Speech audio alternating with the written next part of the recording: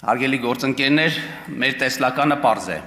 Ուզում ենք մի տնտեսություն, որը մի կողմից աշխարհին կառաջարկի տեխնոլոգիական եւ նորարարական արտադրանք, իսկ մյուս կողմից իր ժամանակակից ենթակառուցվածքներով կդառնա տարածաշրջանի տնտեսական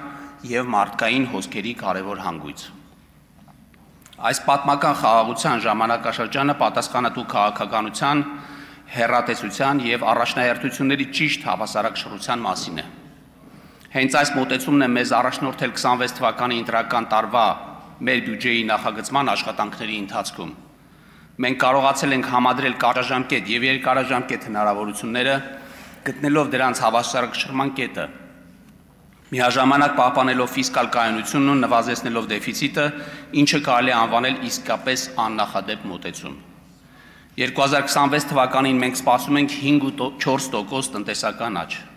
գրեթե հասնելով հնա 12 տրիլիոն մակարդակին, որը գերազանցում է մեր նախնական կանխատեսումները։ Իդեպ, նույնիսկ Արժույթի միջազգային հիմնադրամը բարձրացրել է Հայաստանի աճի կանխատեսումը 2026 թվականին սպասելով 5.5% տնտեսական աճ։ Քանի որ այս բյուջեն հնգամյա ծրագրերի շրջանակներում վերջինն է, կարևորում եմ ընդգծել 21-26 թվականների ընթացքում իրականացված բարեփոխումները,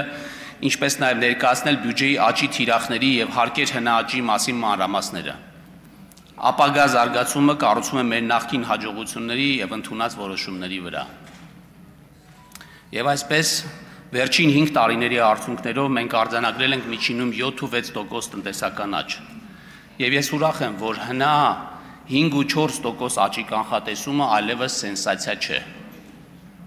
Հատկանշական է, որ տնտեսական աճը Հայաստանի Հանրապետության կառավարության հայտարարած քաղաքականությանը համահունչ ներառական է եղել։ Այն ուղեկցվել է մի կողմից զբաղվածության աճով,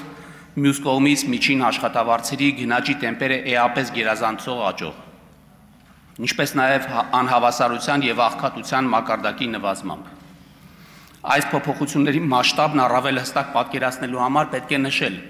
որ 25 թվականին հունվար-սեպտեմբեր ամիսներին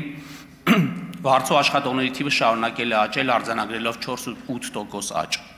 իսկ միջին ամսական անվանական աշխատավարձը նախորդ տարվա նկատմամբ աճել է 5.3%-ով, կազմելով 295.042 դրամ։ 2024 թվականի արդյունքներով աղքատության մակարդակը նվազել է 2%-ային կետով, կազմելով 21.7%, իսկ ծայրահեղ աղքատությունը 1.1%-ից նվազել է 0.6%-ի։ Նվազել է նաև անհավասարությունը բնութագրող ջինի գործակիցը, գտնվելով վերջին տարիների հետ համեմատած ցածր մակարդակում։ Եվ մենք ակնկալում ենք, որ այս միտումները կպահպանվեն, հատելով բարեկեցության ներկա սահմանները եւ նպաստելով մեր հասարակության բարօրությանը։ Պետական բյուջեի պակասուրդը նախատեսվում է 537 միլիարդ դրամ, հնայի 4.5%-ը, 25 թվականի 5.5%-ի դիմաց, միջնաժամկետում նվազելով մինչև պարտքի բեռը կայուն պահող 2.8%։ Այս բյուջեով հարկաբյուջետային քաղաքականությունը մենք կառուցում ենք պատասխանատվությամբ եւ հավասարակշռությամբ։ Մեր նպատակն է շարունակաբար նվազեցնել բյուջեի պակասուրդը եւ պահպանել պետական պարտքը կայուն եւ կառավարելի տիրույթում, միջնաժամկետ հատվածում այն պահպանելով 50%-ին մոտ շրջանակում։ Այս համատեքստում էական ընդգծել, որ մենք իրականացնում ենք տնտեսական ներուժի բարձրացմանը միտված ծրագրեր, ուղղված ենթակառուցվածքների եւ մարդկային կապիտալի զարգացմանը,